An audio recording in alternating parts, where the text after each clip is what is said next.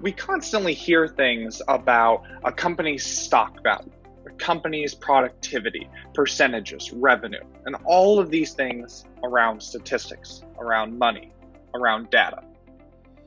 So why do we, as coaches at Leap Training Coaching, really push relationships over results? And how can we hear this from so many companies? We hear things about having better relationships, focusing on our people, valuing our people. And yet, the numbers we still mostly talk about are all about results, are about money, are about statistics and data. So how do we work on that?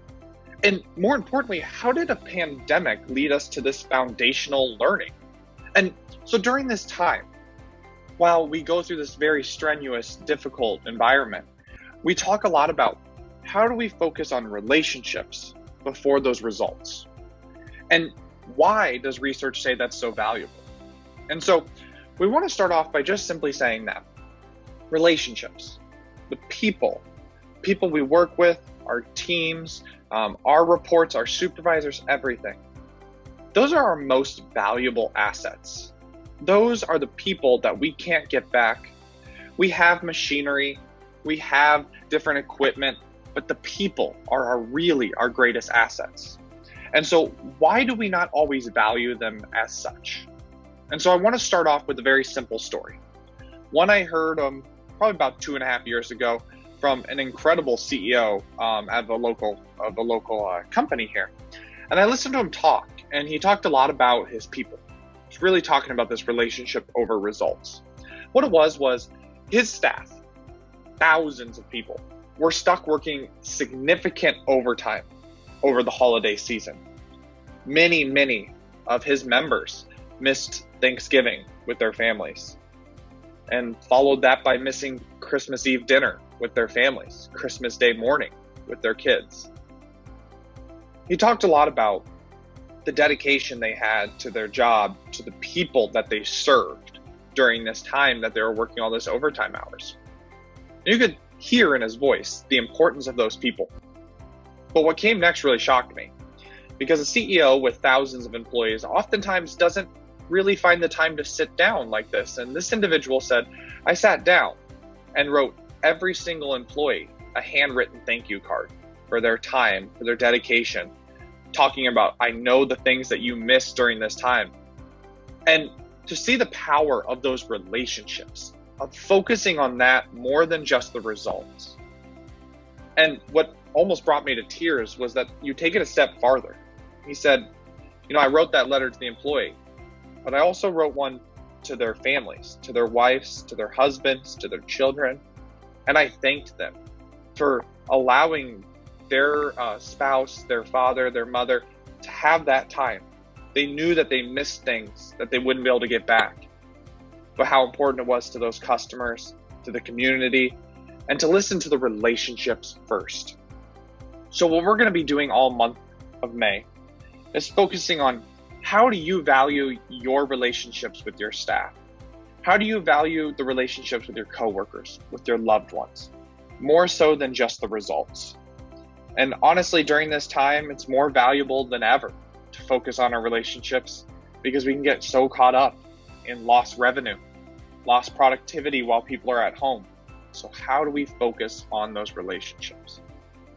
And so we're going to really rely on three foundational pieces we're going to build on throughout this month. So I'm going to give you kind of an overview today of each of them, a little bit of ideas about how to work on them.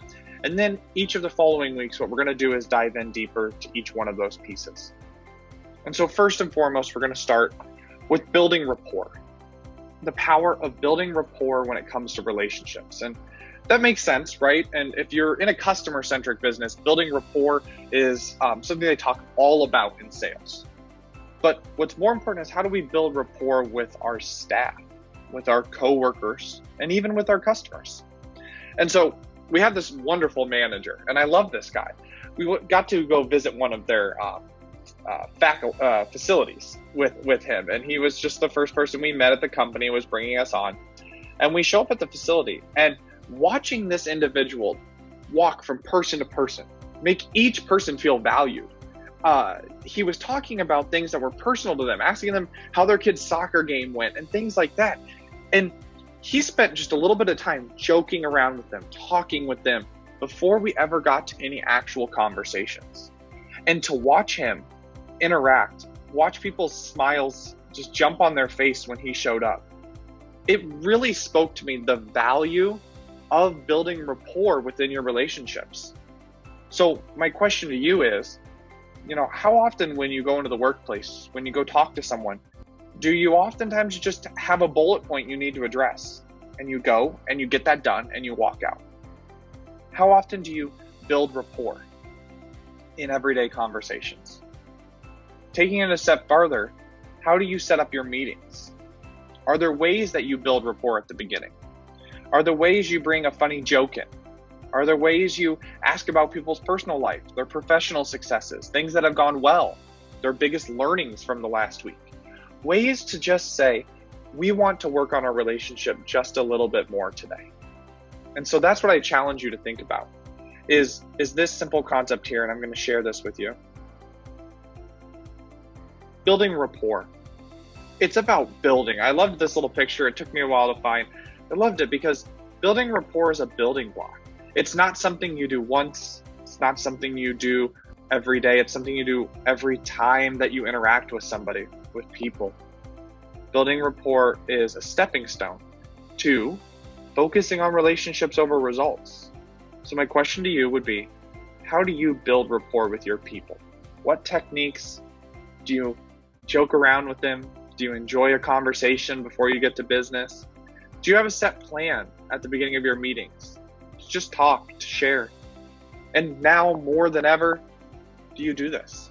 Do you focus on the relationships while people are at home, being caregivers, helping support their children's education, all while trying to balance work tasks, relationships, finances, health? Do we check in on people, on how they're doing? Not just that their productivity is lower, not just that they're not getting that assignment done on time, but are we checking in on them and their relationships?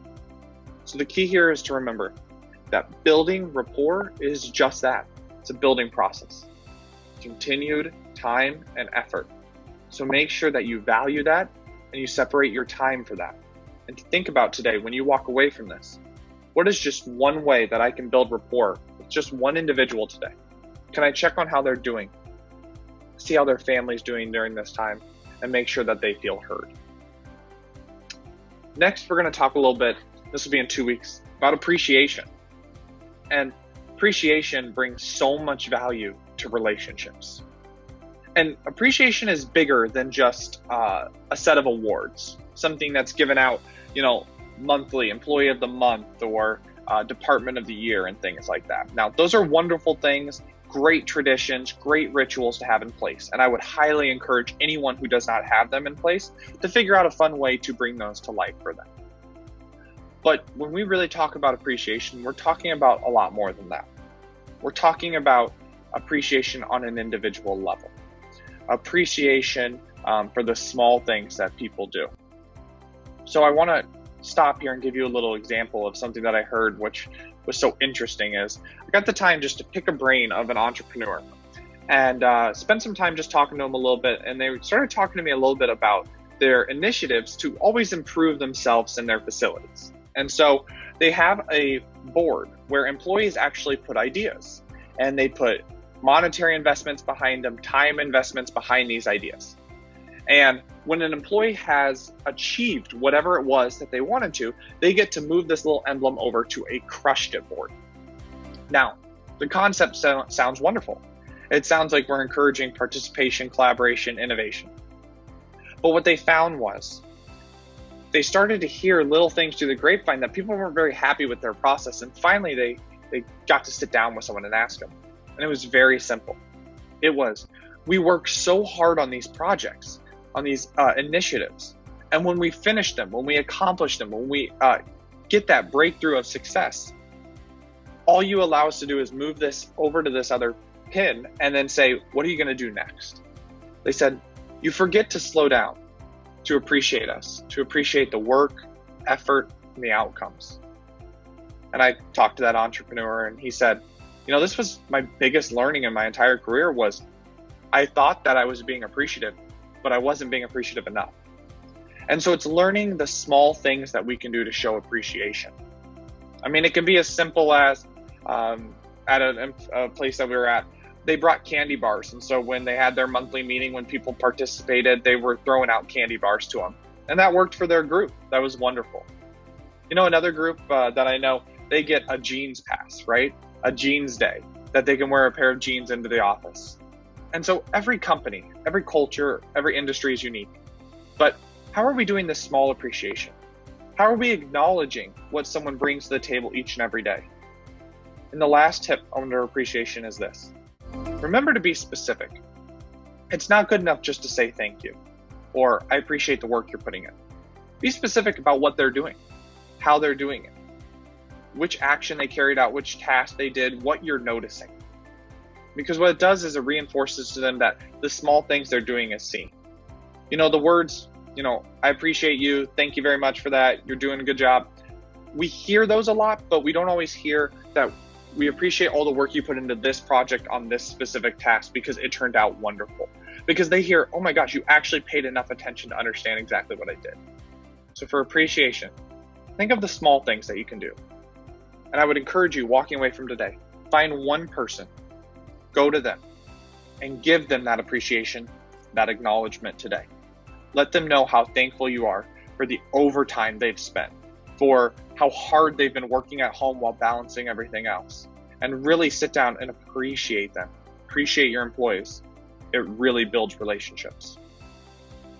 And the last thing that we're going to get to throughout this month's series is, and this is always interesting to end with, but it's important. What gets in the way of relationships over results? And there's so many things, and we're going to dive into each of them. But, first and foremost, we're going to start with that we're in a data-driven monetary world where we value a lot our shareholders, our stockholders. We value money. We value statistics, productivity.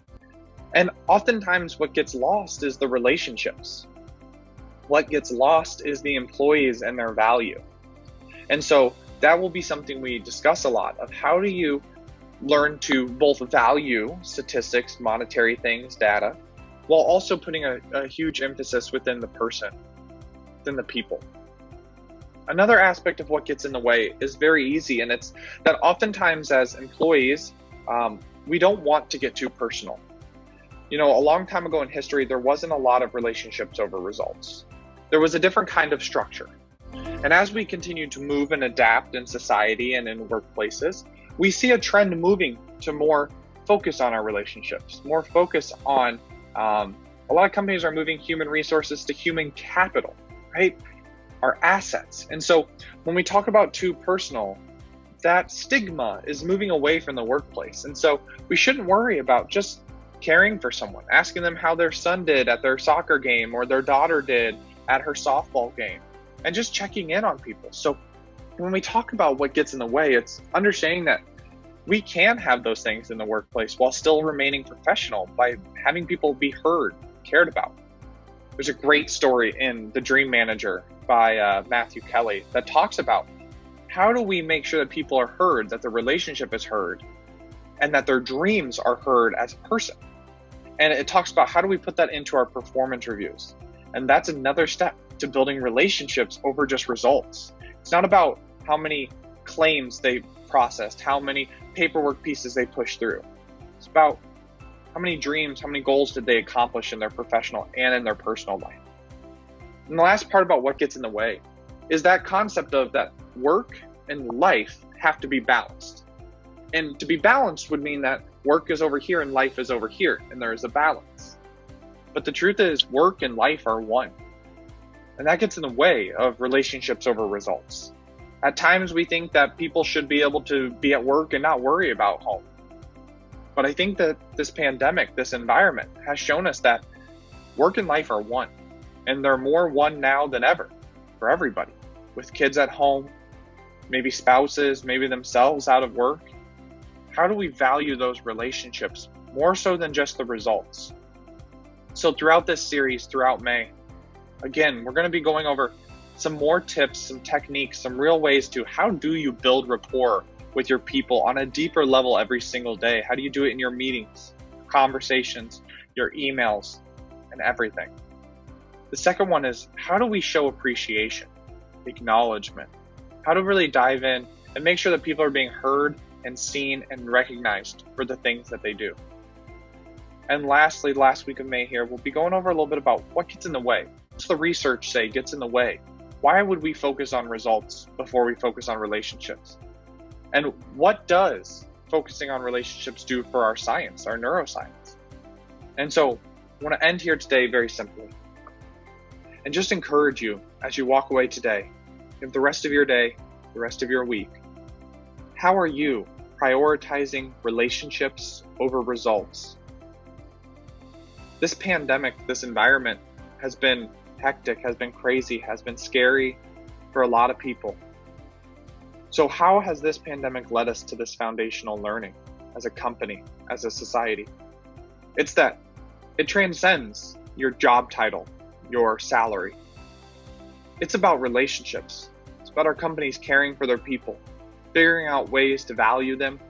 And I encourage you to walk away today, to find just one person that you can go out and care for, to say, I value you as a coworker, as a direct report, whatever you are. I value what you bring to the team.